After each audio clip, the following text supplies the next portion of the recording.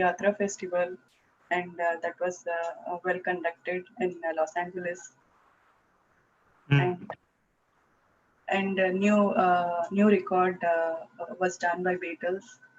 On the first day, 70,000 copies were sold. Wow, first day 70,000 copies. Nice.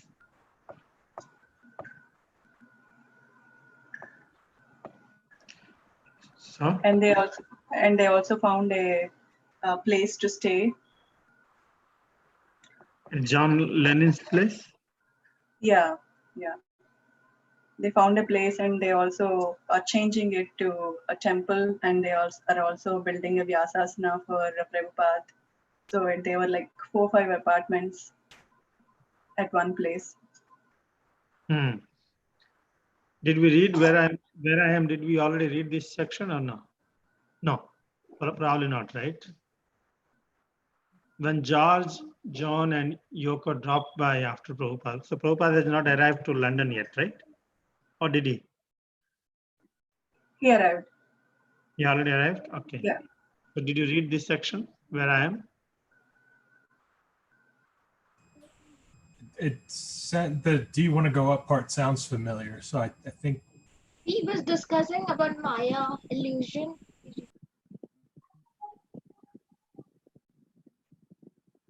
What is that? Discussing about some Maya illusion, and Maya isn't all those. Maya isn't nonsense. Something. Illusion, huh? Uh-huh.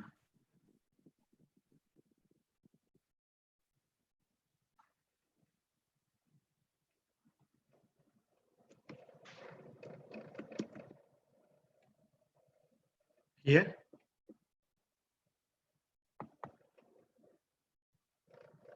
Yes. Don't be swayed by these nonsense waves of Maya illusion. Yes. Okay. Maybe I can start. All right. So when a reporter asked if the singing was essential to the sustenance of your faith, Prabhupada answered at length, describing the cleansing effect of chanting Hare Krishna.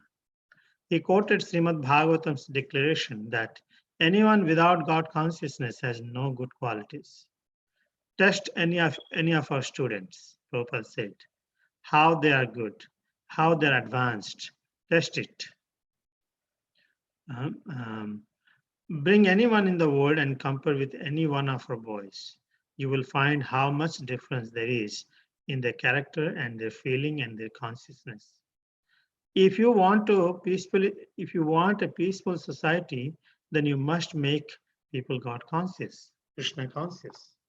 Everything will be automatically resolved. Otherwise, your so-called United Nations will not help.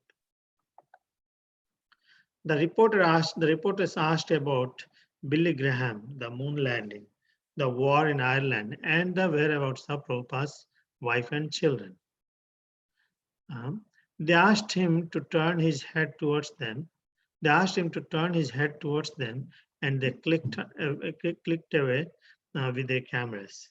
They thanked him, and the reception dispersed. Prabhupada went from the building to the gleaming white Royce awaiting him outside, courtesy of John Lennon. Prabhupada entered the back seat and sat cross-legged. The limousine was equipped with darkened windows and a lavish interior, including a television. The devotees had become so confused in their excitement that none of them had thought to join Prabhupada, and the chauffeur wished him away to Titanhurst. Prabhupada sat silently except for his occasionally audible chanting. As the chauffeur headed through the winding roads leading away from the airport. He was in England. His father Gorman had never wanted him to come to England. Once an uncle had, who was in England? Prabhupada was in England before? Or I don't know. What is it? Let's see. his father Gorman had never wanted him to come to England. Once an uncle had told Gorman that his son should go to England to become a barrister. But Gorman had said, no. If his son went there, the meat eaters, drinkers, and sexmongers might influence him. But now, 70 years later, Prabhupada had indeed come to London, not to be influenced by the Englishmen, but to influence them. He had come to teach them what they had forgotten. Is it? So here reporters asked many questions. Prabhupada gave a very nice, very bold he gave. He said that compare anyone from this world with one of my disciples, you will see a big difference. Because unless one cultivates the God consciousness, there's no good quality. It's a $1 trillion question, because in this world everybody wants to be good, but no one wants God. Without God, Krishna consciousness, where the good quality will come. So he was very boldly saying to test, and he said that without Krishna consciousness, what is the use of this United Nations? It won't bring any good. So they thanked him, and they took some pictures, thanked him. Now to receive Prabhupada, there's a limousine was waiting from John Lennon, and he was nice setup, nice drive for him. They were leading to the as the chauffeur headed through the winding roads leading away from the airport. So basically, because I missed yesterday, so basically this interview took place at airport. Am I right?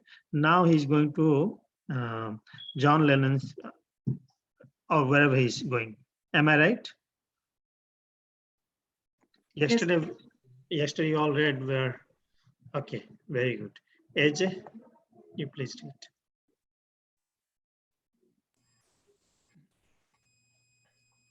And he was off to a good start. Under Krishna's special care, he was off. I'm going to try again. And he was off to a good start under Krishna's special care. When he had to live alone in New York City without any money, that had been Krishna's mercy. And now he was entering England in a chauffeured limousine, also Krishna's mercy. Accepting the ride as part of Krishna's plan, Prabhupada remained deeply fixed in his purpose of carrying out the order of his spiritual master, whatever circumstances awaited. As they turned onto Route 4, proceeding towards Slough, never know how to pronounce that one, Slough, Prabhupada saw factories and warehouses, and then the flat countryside with orchards, fields, and grazing horses. The gray, chilly weather hinted of winter ahead. After about 20 minutes, Prabhupada reached the wealthy neighborhood of Ascot and soon appeared on the left, the high redwood fence surrounding the Lennon estate. Prabhupada had arrived before his disciples, but those who had remained at the manor excitedly received him and showed him to his room on the second floor of the servants' quarters.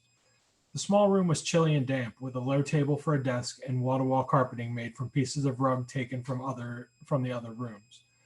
The adjoining room was bare and even smaller. Prabhupada sat down at his low desk. "Where is everyone?" he asked. As he leaned back and gazed out the window, he saw rain just beginning to fall. When George, Sean, and Yoko dropped by after Prabhupada's lunch, Shamasundara invited them to come up and meet Prabhupada. George turned to John and asked, "Do you want to go up?" The bearded, bespectacled master of Tittenhurst, hair down to his shoulders, assented. Yoko was also was curious. So up they all went to Prabhupada's little room. Smiling graciously from behind the desk, Prabhupada asked his guests to enter and be seated. Here were two of the most famous people in England, and Krishna wanted him to speak to them. Prabhupada removed his garland and handed it to Shamasundara, indicating that he should put it around George's neck. "Thank you," said George. "Hare Krishna." Prabhupada smiled. "This is Krishna's blessing." "Hare Krishna," George replied again. "Yes," Prabhupada said. "There is a verse in Bhagavad Gita, Yad Yad Acharadi Shreshtas Tad Evataro Jana, Sa Yat Pramamam Karute Lokas Tad Anuvartate. The idea is that anything which is accepted by the leading persons, ordinary persons follow them. Yad Yad Acharadi Shreshta. Shreshta means leading persons. Acharati means act. whatever leading persons act, people in general follow them. If the leading person says it is nice, then it is all right. The others also accept it. So by the grace of God, Krishna, you are leaders. Thousands of young men follow you. They like you.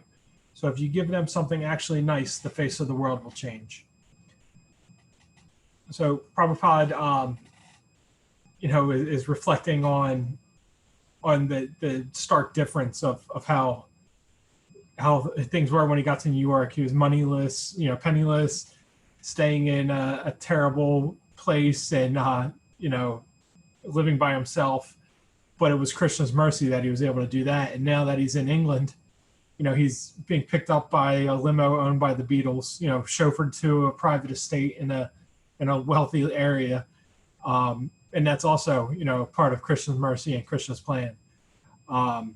So he gets to the house and it's to Lenin estate, but most of the disciples aren't there, but the ones that are there greet him and take him up to his second story room in the servants' quarters.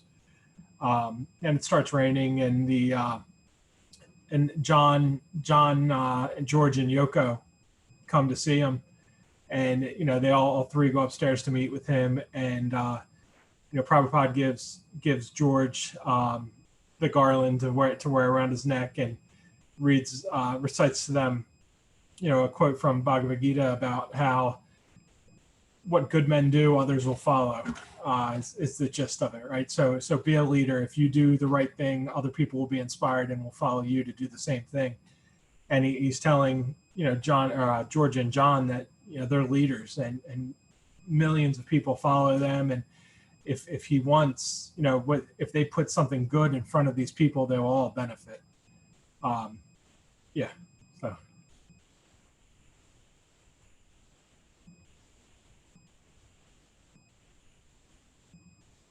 I think you're down two more paragraphs there. Oh, no, never mind. There you go. Sorry.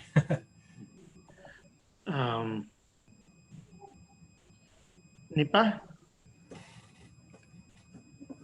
Hare Krishna.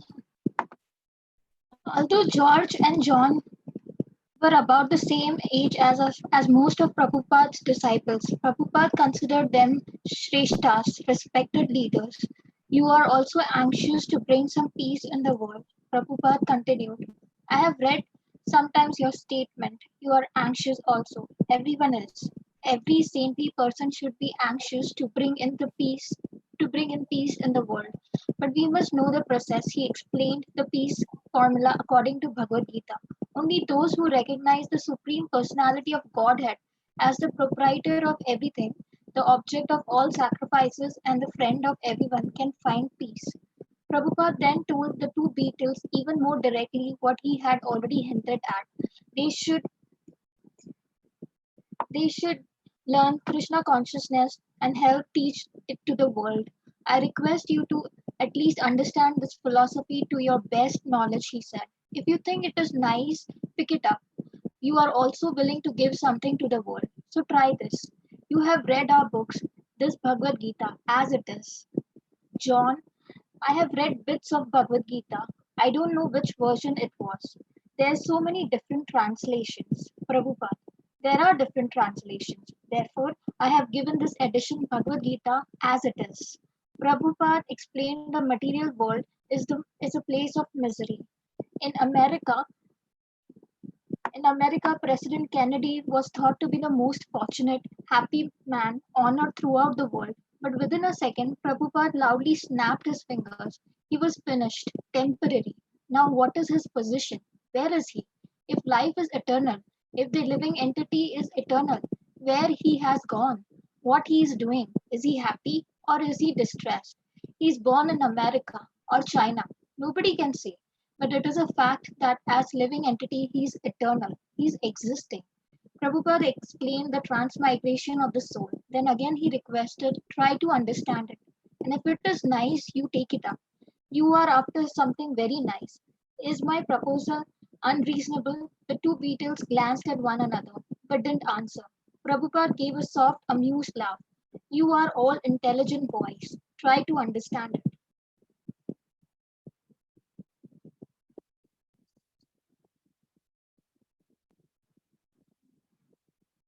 So yeah, although George and John were the same age of most of the disciples, and Prabhupada still considered them as shreshtas, like respected leaders, as they were anxious to bring peace in the world.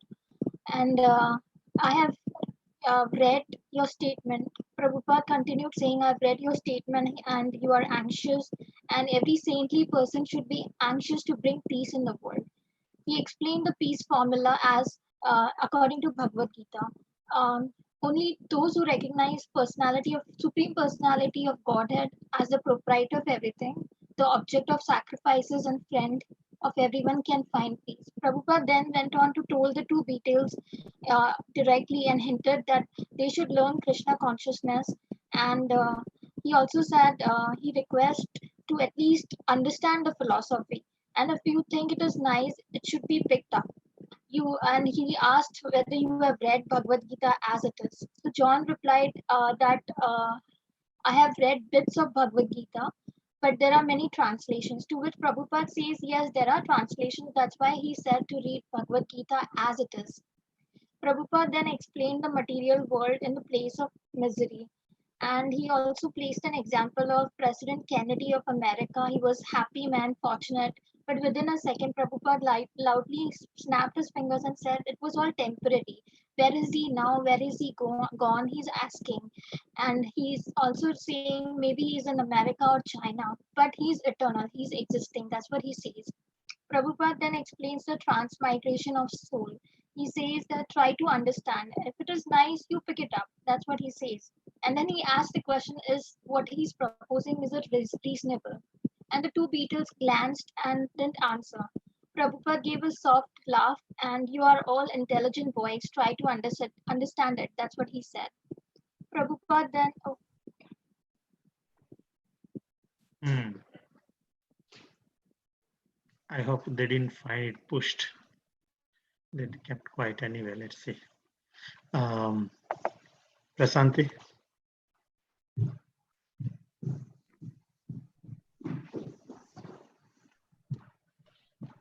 Prasanti.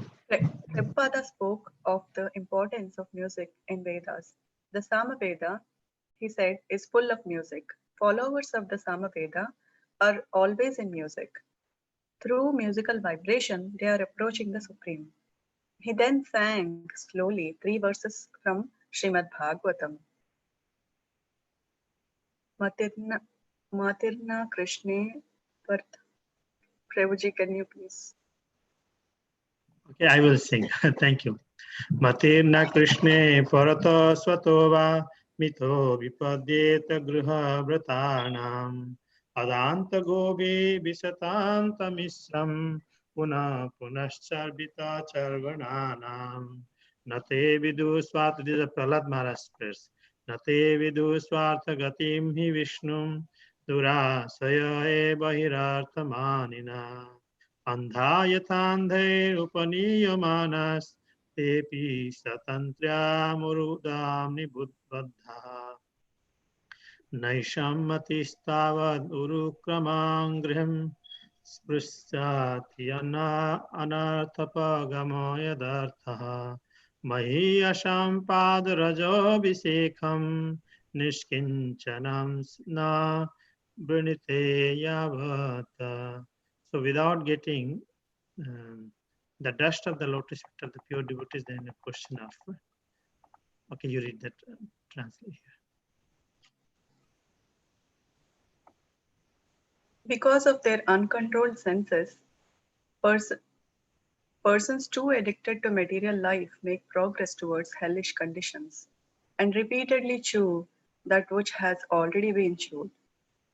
Their inclinations towards Krishna are never aroused, either by the instructions of others, by their own efforts, or by a combination of both.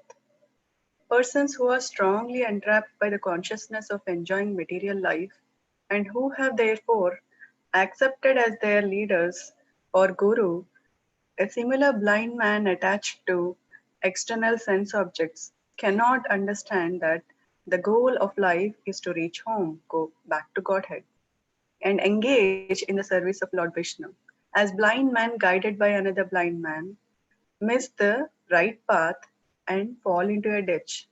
Materially attached men, led by another materially attached man, are bound by the ropes of fruitive labor, which are made of very strong cords and they continue again and again in materialistic life, suffering the threefold miseries. Unless they smear upon their bodies the dust of the lotus feet of a Vaishnava, completely freed from material contamination, persons very much inclined towards materialistic life cannot be attached to the lotus feet of the Lord, who is glorified for his uncommon activities. Only by becoming Krishna conscious and taking shelter of the lotus feet of the Lord, in this way one can be freed from material contamination. Bhagavad Srimad Bhagavatam 7.5, 30 and 32. Prabhupada explains about Samaveda that it explains about music. And he started singing 3 verses from Srimad Bhagavatam.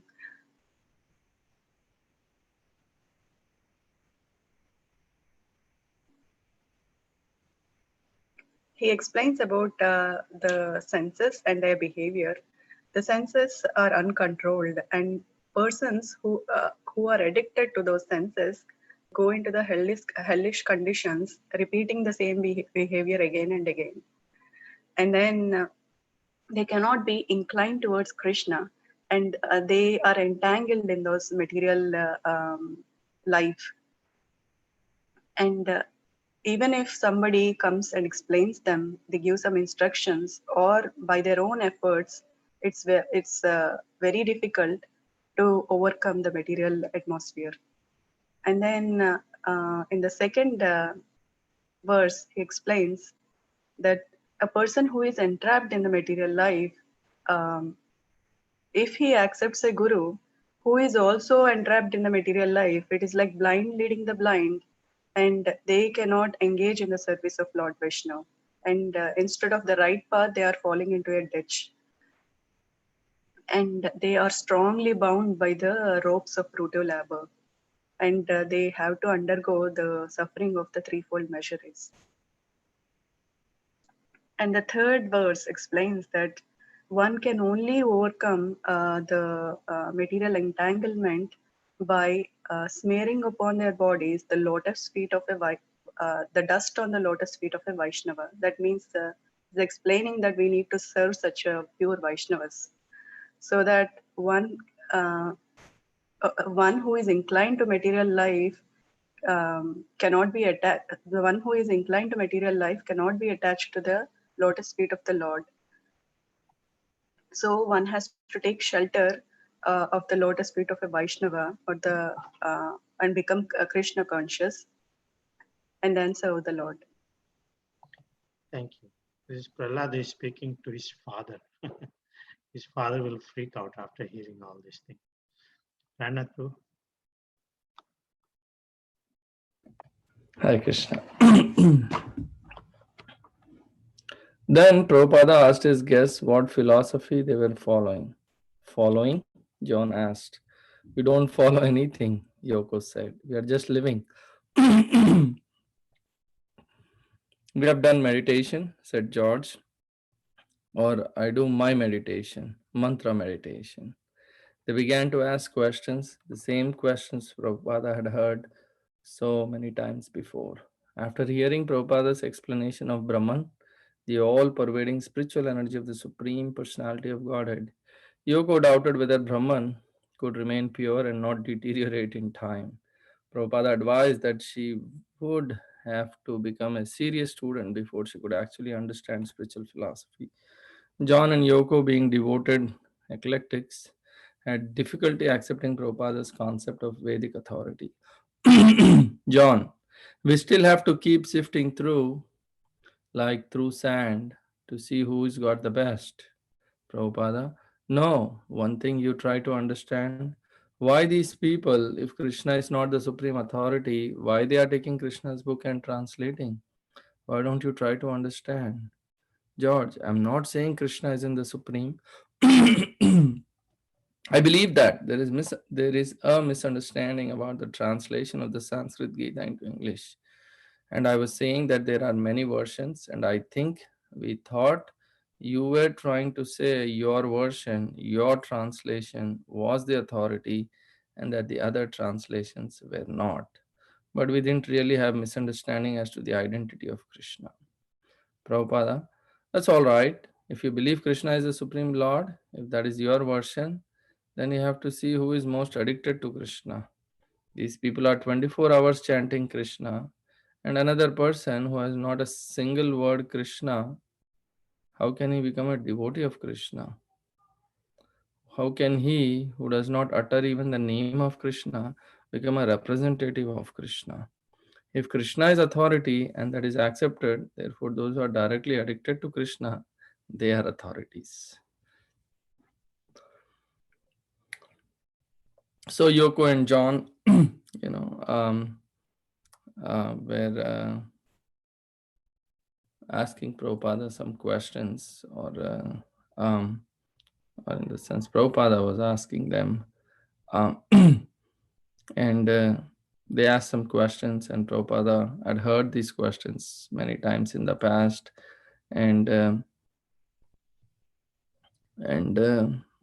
Yoko had her doubts about Brahman being pure, and Prabhupada advised her to become a serious student if she really wanted to understand. And they had a difficulty accepting Prabhupada's concepts of Vedic authority. And although they seemed to, at least John seemed to accept Krishna as the supreme authority, but he had doubts on Prabhupada's translations and the authority of Prabhupada's translations, and or why this translation is the best. And Prabhupada explained to him very nicely, saying that, yes, it's all right.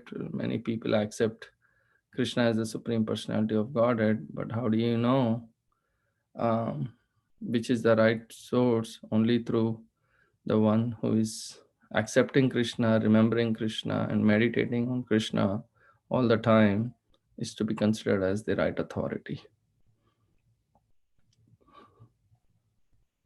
Yeah. Most of these translations, a lot of people write, but they are not devotees of Krishna. And Sri Prabhupada writes in the Bhagavad Gita itself that you have to, the spirit of Bhagavad Gita lies in the Bhagavad Gita itself, that one has to be a devotee of Krishna to understand. Right. Yeah. They can see, because you love, then if you love, you show through actions. And isn't it, that's a nice analogy? Is difficult to understand. Yeah. There's so many teaching, there's so many followers. Okay, that's good. Prabhupada see the example. That how devotees are, a devotee is engaged 24 hours in Krishna's service. That shows the expression of love. So at least on that basis, you can get some inspiration. Okay, Gaurav. After more than an hour of conversation, Prabhupada distributed some prasadam to John, George, Yoko, and a few disciples in his room. If these Shrishtas were to take up Krishna consciousness, that would be good for them and many others also. He had done his duty and provided them the opportunity. It was Krishna's message, and to accept it or not was now up to them. John said he had something to do and excused himself. As everyone was leaving, Yoko, walking down the stairs, turned to John and said, "Look at how simply he's living. Could you live like that?" In the evening, Prabhupada sat with the three couples, Shyamsundar and Malati, Gurudas and Yamuna, and Mukunda and Janaki. After years' separation, they were happily with Prabhupada. He was happy to be with them. The love they shared and their mutual satisfaction at being together was based on a unifying desire to establish Lord Chaitanya's Sankirtan movement in this important city. Now that Prabhupada had come to London, work would not slacken. It would increase under his expert guidance. Prabhupada could daily instruct the men on organizing more London preaching, and they could report to him as necessary. The woman could also directly serve him, cleaning his quarters, washing and ironing his laundry, and cooking his meals. No one can afford a house like this in England anymore, Prabhupada said. England has gone down. Now these young boys own a place like this, and we are here. Prabhupada, Shamsundar spoke up. Our record sold 50,000 copies yesterday. Oh, Prabhupada eyes widened. Very big business. Prabhupada said that their money and energy should go toward opening the temple in the city. Now they were living comfortably on this aristocratic estate in the suburbs, and certainly they should try to involve these important celebrities in Krishna consciousness as far as possible. But the main business should be to open a temple in the city. Bhaktisiddhanta Saraswati had preferred to establish temples in the cities where the people were. Of course, if John could give this place to Krishna and if the devotees could maintain cows and cultivate the land as in Vrindavan, then that would be a different matter. They would have to see what Krishna desired. So it was after an hour talking, Prabhupada distributed prasadam to John, George, and Yoko, and the other disciples in the room. And it's explaining that Prabhupada had done his job in giving the message of Krishna consciousness to John, George, and Yoko. And now it was up to them to accept it or not. And as John and Yoko were leaving, Yoko was asking John, could you live how simply Prabhupada was living? And then in the evening, Prabhupada sat with the three couples, Shamsundar Prabhu and Malati Mataji, Guru Das Prabhu and Yamuna Mataji, and Mukunda Prabhu and Janaki Mataji. And after a year's separation, they're happily with Prabhupada. And now this was a time to work and increase their work under Prabhupada's expert guidance, because now he could instruct the man daily on preaching, and the woman could directly serve him by like cleaning his quarters or washing and doing his laundry, etc. And Prabhupada was explaining how no one can afford, which house was he talking about? He talking about the John's house? Yeah. So he was talking about how no one can afford like house like John, England anymore. And now the boys are there right now. And then Prabhupada, Shamsundar spoke up in the middle saying I that thought that John Lennon. it was John, but I don't know if it's not like the Brewery Temple. And then Shamsundar spoke up saying that their record sold 50,000 copies. And Prabhupada said very big business. And he said that all the money and energy should be to go toward opening temples, because his Guru Maharaj, Bhaktisiddhanta Saraswati Thakur, said it's preferred to establish temples in the big cities where the people were. But also, if John had been able to give the devotees that place they were staying in, then devotees could have maintained it and cultivated the land as in Vrindavan, and they'll be able to take care of cows. So it's all up to Krishna. It's John's place. Yeah. That's nice. We have a special guest, Mr. Vishnu Gadichava. Great. Please do. Prabhupada was sorry that some of his disciples were obliged to work full-time renovating the estate in exchange for their stay.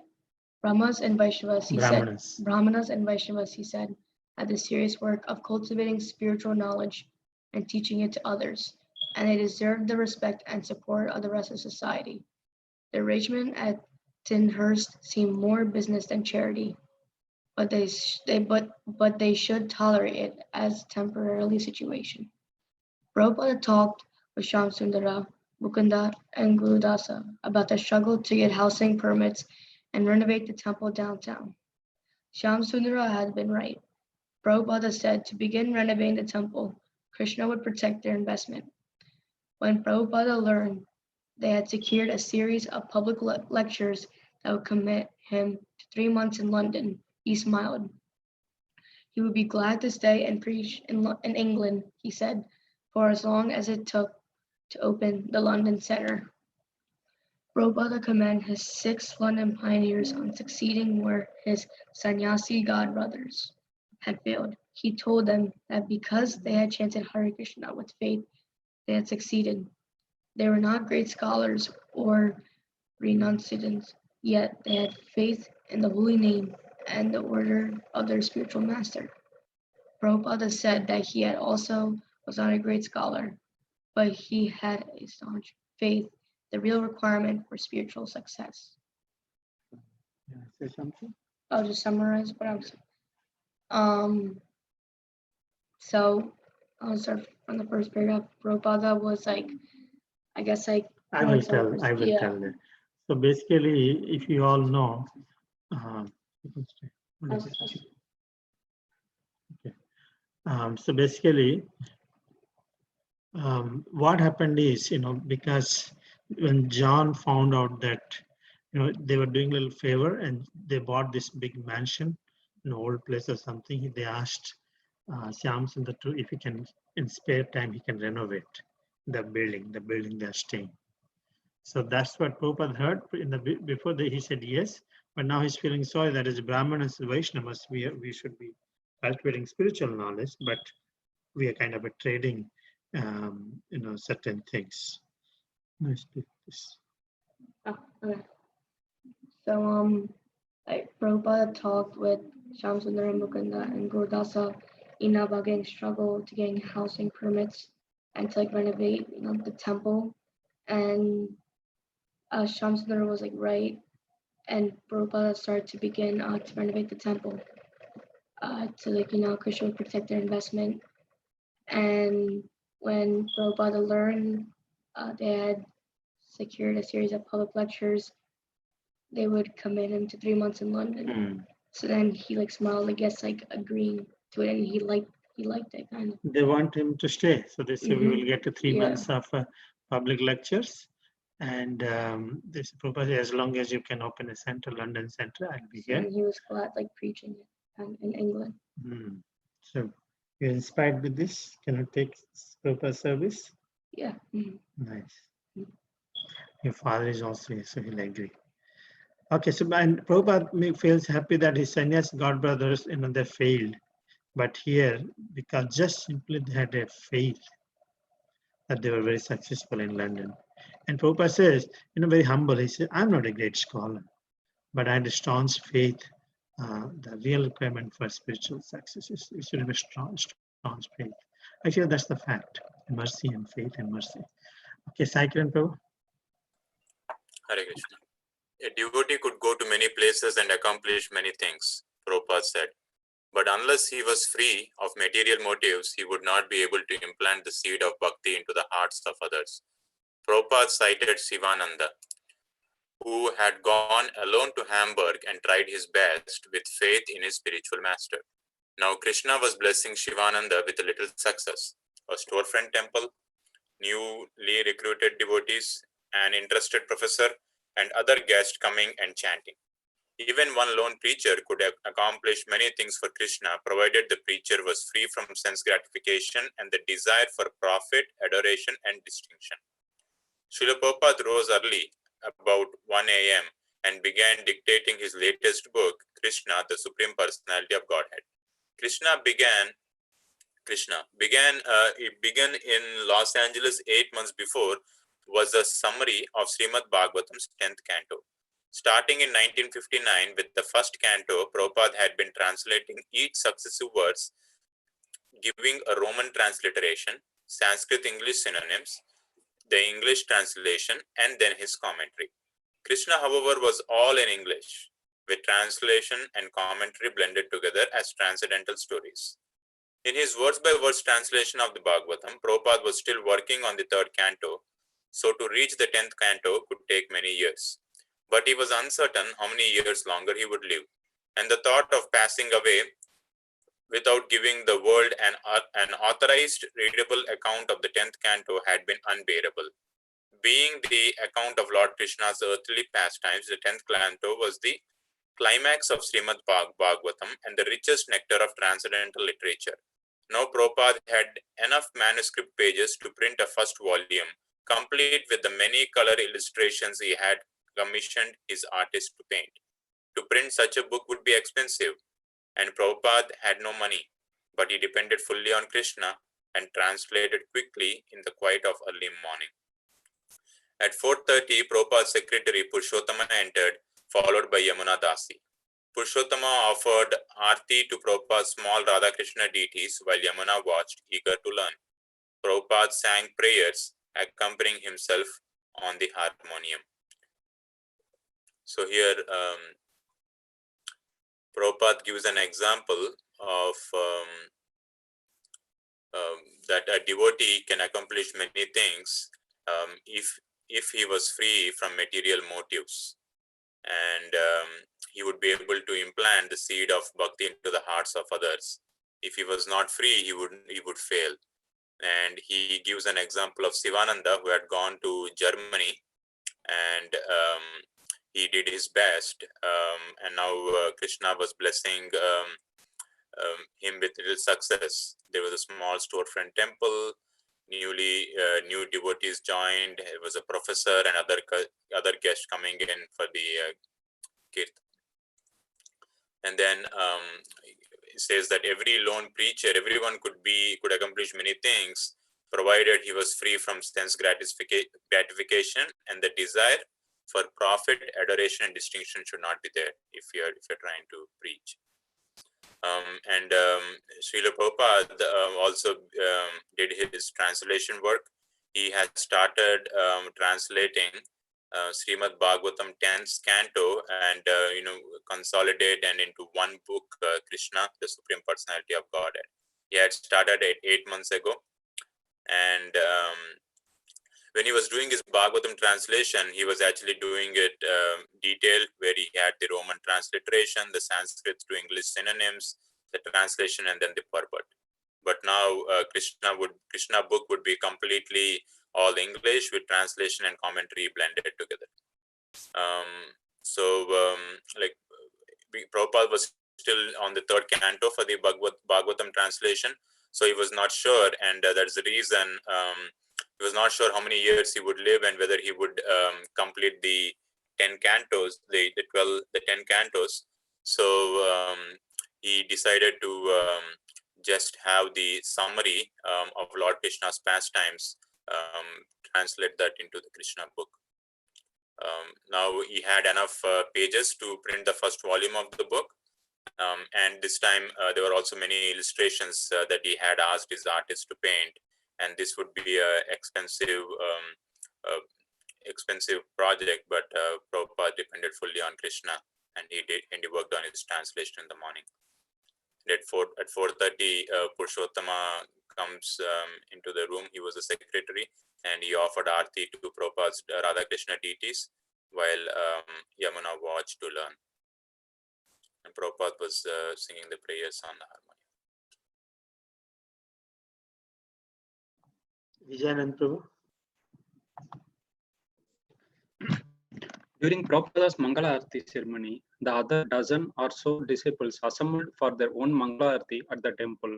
As they walked the damp pathway to the temple, they felt the cold air and heard the bell and Prabhupada singing. They could see through the pre-dawn mist the light coming from Prabhupada's window on the 2nd floor, and the building looked like a lantern in the dark. The sound of the harmonium drifted mystically through the trees. Later that morning, some of the devotees brought Prabhupada several news articles about his London arrival.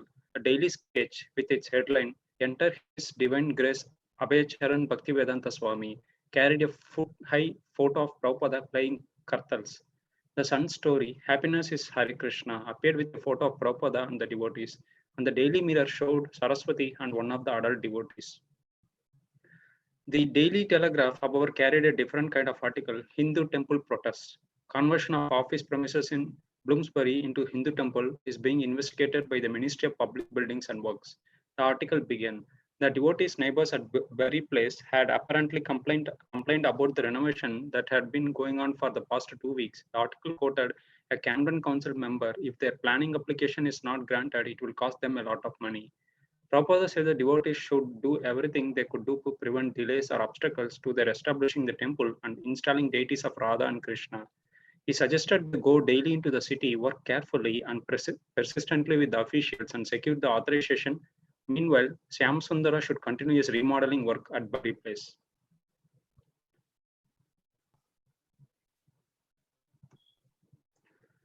So this passage starts with the Mangala Arati, which was happening at Prabhupada's place. Like a lot of devotees came in the morning, and people observed, they heard the bell and Prabhupada singing, and they saw the light coming from Prabhupada's window on second floor, and it looked like a lantern in the dark. And the sound of harmonium was like heard mystically through the trees. And later on the same day, several devotees brought Prabhupada several news articles which covered about Swamiji's London arrival. The Daily Sketch mentioned that enter His Divine Grace Abhyal Charan Bhaktivedanta Saraswati with his foot-high photo of Prabhupada playing Kathals. And there is another magazine, Sun Story, mentioned an article titled Happiness is Hare Krishna with the photo of Prabhupada and his devotees. And the Daily Mirror showed Saraswati and his other adult devotees. And there was also some controversial news, like the Daily Telegraph, however, mentioned the Hindu temple protest and mentioned all the issues which was happening. Conversion of office promotion to the Bloomsbury was getting investigated by the Ministry of Public Building and Works. And it was also mentioned that if their planning application is not granted, it would cost them a lot of money. And Prabhupada instructed the devotees that they should do everything to prevent any delays or obstacle in establishing their temple and installing the deities of Radha Krishna. And also he suggested them to go daily to the city and work carefully with the officials and secure the authorization. And also he mentioned that Shamsundara should continue his remodeling at the Bari place. Thank you.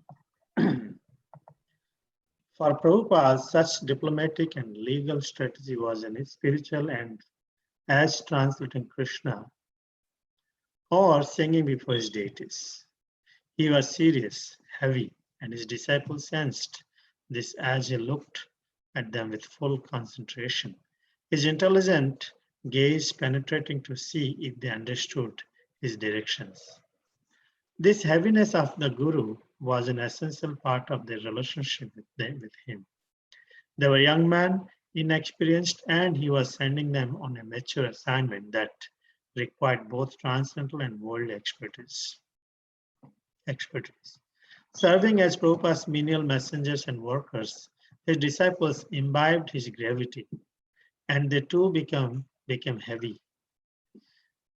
They too became dedicated servants of their Guru. To bungle an important order because of naivete or carelessness would be a spiritual disqualification. Prabhupada had often told them a Vaishnava is not a retired person who only sleeps and eats and chants Hare Krishna. Rather, a Vaishnava fights for Krishna, as did Arjuna and Hanuman. And as the devotee tries his best, working in full surrender, Krishna supports and protects him. Very, very important messages. Dawn arrived and time for Prabhupada's morning walk. The cold September night shrouded the morning in heavy fog. Some of the low-lying grounds were waterlogged this time of the year. And even in the higher plots of long grass would remain wet until mid-morning. This climate, Prabhupada admitted, is not at all suitable for me. But having heard of the beauty of the grounds, he insisted on taking his usual morning walk.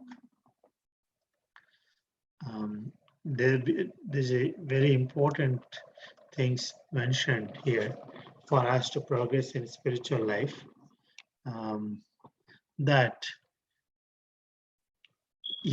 Prabhupada, the devotees should do everything they could prevent delays and obstacles to establish the temple. He said that, okay, this one. So for Prabhupada, such diplomatic. So, dealing with officials, he was taking the same as translating the literature's Krishna book or singing before deities. That's not a different work. For establishing Krishna consciousness, for he was heavy and he was serious on this. And by seeing Prabhupada's mood on this, all the disciples also developed those gravity. They become grave and they took it very seriously. So the heaviness of the Guru was an essential part of their relationship with him. And that's how it is. Guru is not a joker. People take it as like a joke. Guru is not a joker. People generally That's the guru-disciple relation should be. However,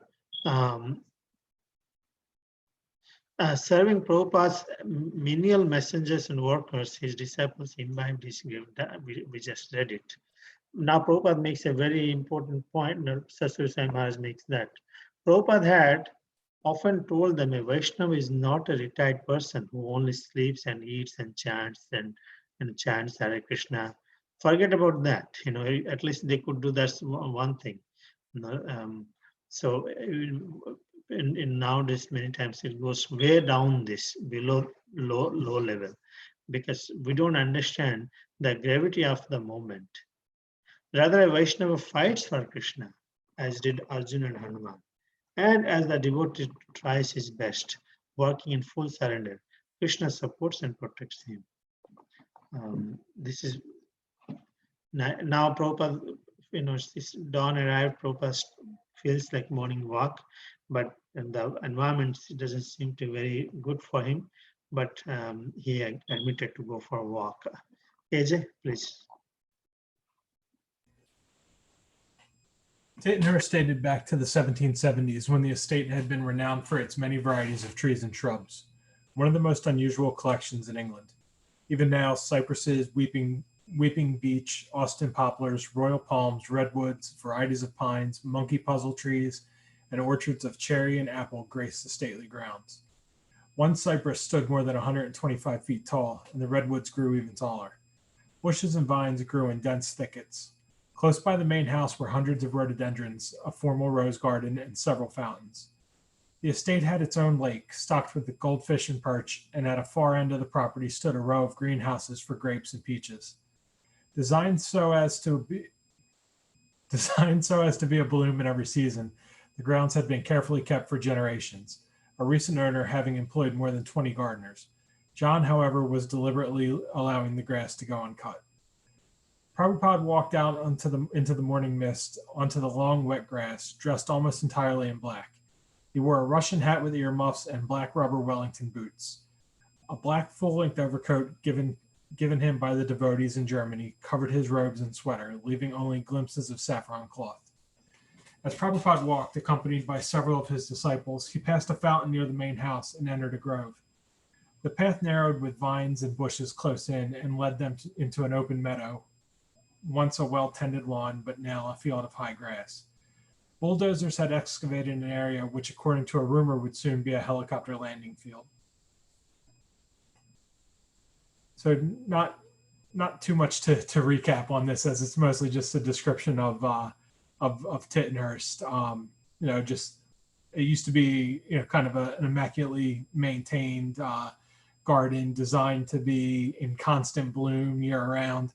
And then John Lennon shows up and doesn't even bother to cut the grass. So not sure why, but then it talks about Prabhupada, going for his morning walks, surrounded by a couple of his disciples, and just how he was dressed, and dressed in black, and you could only see just a little glimpse of his robes, of his saffron robe underneath his black jacket, black hat, and black boots. So.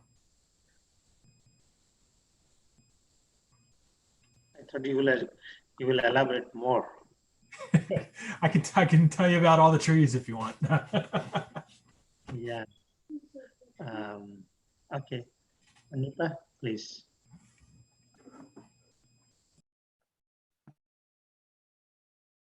As Prabhupada walked by several of his disciples, he passed a fountain near the main house and entered a grove. The path narrowed, with vines and bushes close in, and led them into an open meadow, once a well-tended lawn, but now a field of high grass. Bulldozers had excavated an area which, according to rumor, would soon be helicopter landing field. At the bottom of the sloping meadow, Prabhupada entered an orchard. Many leaves had fallen from the trees, and the sun's first rays now revealed shavings of autumn gold at Prabhupada's feet. He stood under one of the trees, and the diffused sunlight made the sky beyond the branches glow golden. In my childhood, he said, there were so many names given to me. My mother and uncle called me Nandu because I appeared the day after Krishna appeared, and there was a great celebration on that day. I was called Nandu because I was born the day after Krishna, and I was also called Govardhana. One of my sisters used to call me Kacha. I have been called so many names. As children, we were all very beautiful. There are always so many names given to them, but all the names, they are all dead and gone. He turned and began to walk again, saying nothing more on the subject. Prabhupada mentioned the British economy, which he said was sinking into the sea because of the pound's devaluation. So many British lords had gained their wealth by exploiting other nations. Now, having exhausted their good karma, they were suffering the results of their sins. They were too poor to maintain their great estates. They used to have 17 men working full time just on the garden, Prabhupada explained, and now they cannot even pay the taxes. So they have to give the whole thing up, and it is falling into the hands of Shudras. So here it says, as Prabhupada, I think one paragraph above. Yeah, as Prabhupada was walking with his disciples, he passed a fountain near the main house and the group, and then path narrowed and with vines and bushes, and led to the open meadow, once which was well tended lawn, and bulldozers had excavated, which according to rumor was like a before it was a helicopter landing field. At the bottom of the meadow, Prabhupada entered an orchard and many leaves were falling. And he described the rays, how the rays revealed shavings of autumn gold at Prabhupada's feet. He stood there at one of the trees and diffused sunlight. And he said in his childhood, there were many names given to him. Like one of the names was Nandu, which appeared as he appeared the day after Krishna appeared, and it was a great day to celebrate. And then there was another name used by his sisters was Kacha, and he's been called so many names, but now all the names have been dead and gone. He returned, he turned and began to walk again, saying nothing on that subject. Prabhupada then mentioned about British economy. He says it's like economy of British is now like a sinking sea because of the pound's devaluation. Many British lords had gained wealth. Now they have exhausted their good karma, and I think, yeah, and they were suffering their sins. So they used to have at one point 17 men working full time on the garden, Prabhupada said, and now they cannot even pay the taxes. They have to give the whole thing, and it is falling into the hands of Shudras.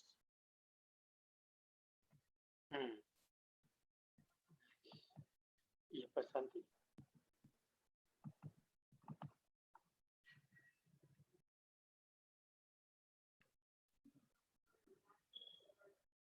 Prasanthi.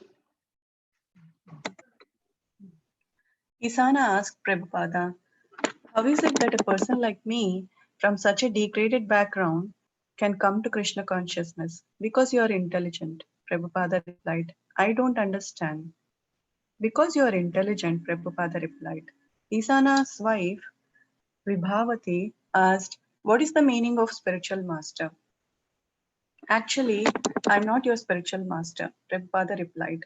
That title is simply a formality. You should think of me as your spiritual father, your eternal father. As they walked past the tractor, Kulashekara remarked, the tractor is very wonderful invention, isn't it? Prabhupada turned to Kulashekara. This tractor is the downfall of the Indian village system. Why is that? It does the work of 10 men. Yes, Prabhupada said. Previously, the young men of the village would be engaged in plowing the field. Then this tractor came along and did the work of all those young men, and they had nothing to do. So they went to the cities to try to find work, and they fell into illusion. Stopping beside a clump of yellowed grass, Prabhupada asked, why is this yellow grass different? No one answered. The other grass is green, he said, but this is yellow. What is the reason? Still no one answered. This yellow grass is drying up, Prabhupada explained, because the roots are not attached. Therefore, it is yellow. Similarly, when we detach ourselves from Krishna, then we will dry up.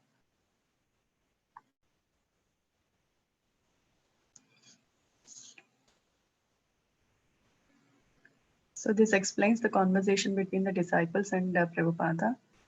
One person asked, how can a degraded person like me can come to Krishna consciousness? Then Prabhupada replies that he is intelligent, that's why he was in Krishna consciousness. He chose the right path.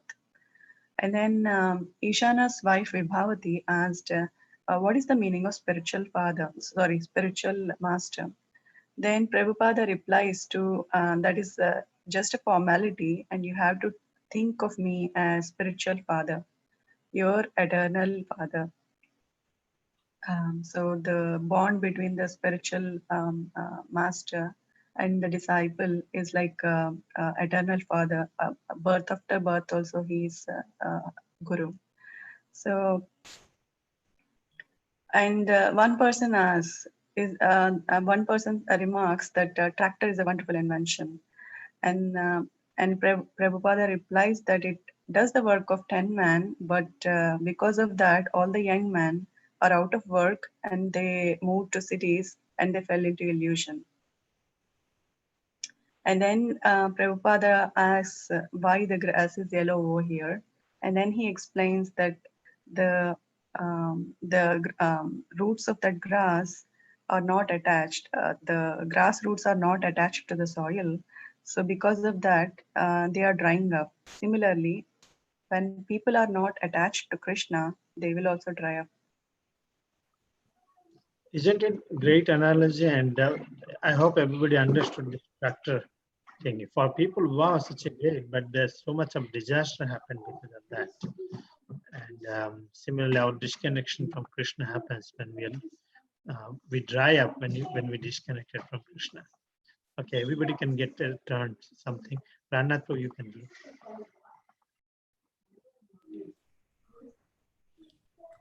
They walked to a spot where the grass grew almost. Bro, can somebody else read? I have Dhruva is little cranky. Okay, that's fine. Cycling to please read. They walked to a spot where the grass grew almost 6 feet high. Stopping at a path the tractor had cut, Prabhupada smiled. Oh, we can go through there. And he strode ahead with his cane into the head-high jungle of grass and weeds. He walked until he came to a low hill that had been cleared, and he stopped.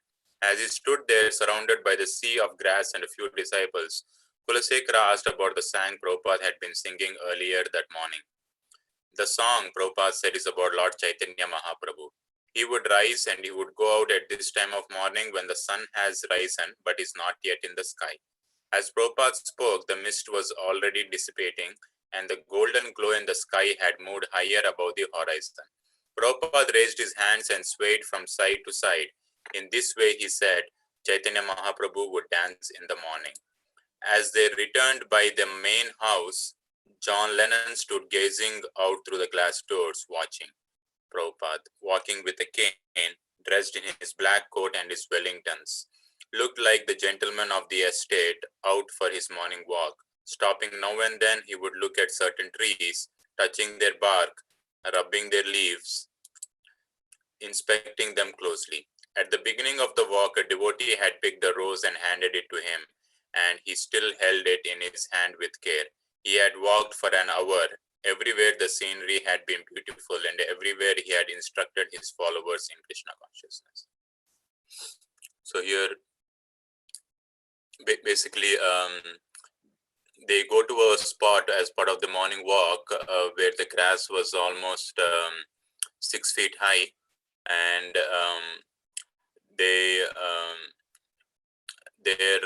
Kulasekara asked Prabhupada what song he had sung earlier in the morning, and Prabhupada explains that the song is about Lord Chaitanya Mahaprabhu. He would saying that he would rise and he would go out at this time in the morning before the sun is in the sky. It has risen, but it's not yet in the sky, and he would he would enact how Chaitanya Mahaprabhu would chant and would dance in the morning by raising his hands and swaying from side to side. So as they were coming back to the main house, John Lennon was watching Prabhupada come look at the trees and inspecting the trees. And then he also basically,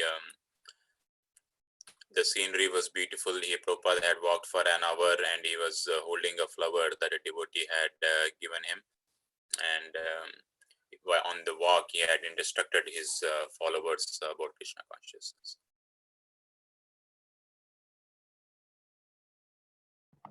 This song I found must be Udila Runa Purava Bhage Dvijamani Gora Amani Jage Bhakata Samoha Loya Sathe Gela Nagara Braje. We'll sing sometimes.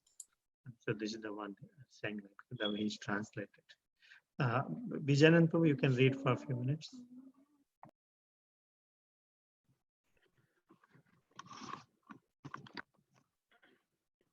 As Prabhupada approached the building where he lived, he met little Saraswati.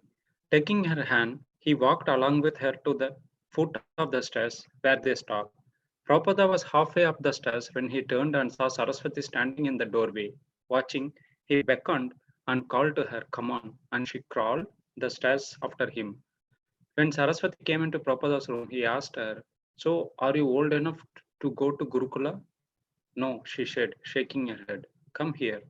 I'm going to put a stamp on your forehead and then we are going to put you in a red mailbox and send you to Gurukula." Saraswati began to cry. Malati, I don't want to go," and ran and hid behind her mother. "Come on, Saraswati," Prabhupada coaxed. "Come sit on my lap and I will give you some prasadam." She came and sat on Prabhupada's knee. "Now get me the stamps, Purushottama," he teased. "We are going to send her to Gurukula." Saraswati shrieked and ran to Malati. To Srila Prabhupada, Saraswati was a pure spirit soul, but because she was in a small child's body, he did not teach her philosophy. He teased her, gave her prasadam, and treated her with the affection of a grandfather. But through her attachment to him, she would become attached to Krishna. After breakfast, when the sun had warmed the air, Prabhupada opened his window, sat down at his harmonium, and sang bhajans. As he sang with closed eyes, his head shaking, he played the harmonium, and Yamuna sat at the bottom of the stairs, crying tears of appreciation. Prabhupada had been singing for a while when he stopped and called for Yamuna. "Do you enjoy my kirtana?" he asked. "Yes," she nodded very much. "The prayers of Narottama Das Thakura," he said. "This sound is above the material platform. It is directly from the spiritual platform, and there is no need of understanding the language. It is just like a thunder burst. Everyone can hear the sound of thunder. There is no misunderstanding. Similarly, these songs are above the material platform and the crack like thunder within your heart. Why don't you come here every day during my chanting?"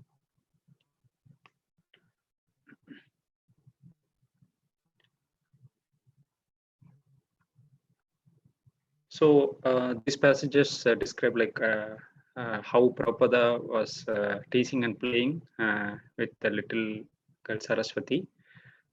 Like when he was coming back to the building, he saw her, and when Saraswati came to her room, Prabhupada teased her, or he was asking whether she's old enough to go to Gurukula, and Saraswati replied that she is not. And then Prabhupada was mentioning like, "I will put a stamp on forehead and we'll put it in a mailbox and we'll send you to Gurukula." So Saraswati started to cry, and she hid behind her mother. And then Prabhupada tried convincing her and was mentioning that he will give prasadam, and he can so that she came and sat on his knee. And again he again mentioned that, "Get me the stamps, Purushottama, and let's send her to Gurukula." And again she ran to Malati. So to Prabhupada, like Saraswati was a pure spirit soul, but since she was like a small child's body, he did not teach her philosophy. He teased her and gave her prasadam. But through her attachment to him, she would become attached to Krishna. That's what Prabhupada mentioned. And after breakfast is done, Prabhupada opened his windows and started playing his bhajans with the harmoniums. And he was playing the harmonium, and Yamuna sat at the bottom of the stairs, and she started crying. And when Prabhupada asked whether she enjoyed her kirtana, and she nodded that she enjoyed it very much. And Prabhupada was explaining like these are all the prayers of Narottama Das Thakura, and these prayers are like above the material platform. It is directly from the spiritual platform, and even though there is no need of understanding the language, it is like a sound of a thunder. It sound of a thunder, it cracked like a thunder within the heart, and he was requesting Yamuna to come every day during his chanting.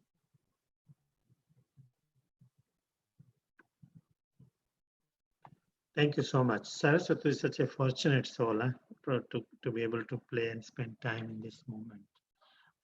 Maybe we'll learn about more later. But it's 8:44. Thank you so much for joining, and we will continue tomorrow. Thank you. Hare Krishna. Shri Prabhupada ki jai. Hare Krishna. Hare Krishna. Hare Krishna. Thank you, Ajay.